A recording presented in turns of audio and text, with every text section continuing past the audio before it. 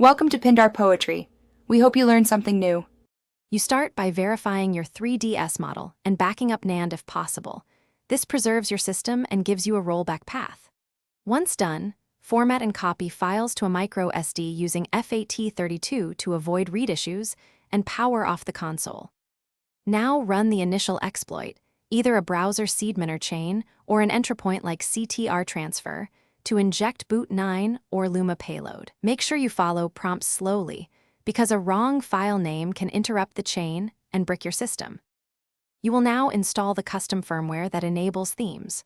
Start by placing boot firm in the root of the micro SD and payloads in /Luma, then add the homebrew menu. 3DSX in /3DS. Next, boot with the payload to enter God mode 9 or safe B9 and run the script to fix permissions and file locations.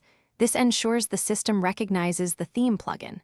Once the files are validated, install the theme plugin and the FBI title manager so you can load theme installers reliably from the home menu. You finish by installing theme CIAs using FBI or by placing theme files into the correct folders and enabling the theme plugin in your config file.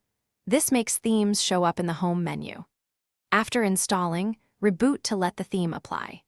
If something goes wrong, like a black or frozen screen, hold Start during boot to open Luma config and disable the theme plugin. Then remove the offending CIA from /CIAs or restore from your micro SD backup. This recovers the system without a full restore. Thanks for watching. Consider subscribing if we helped you.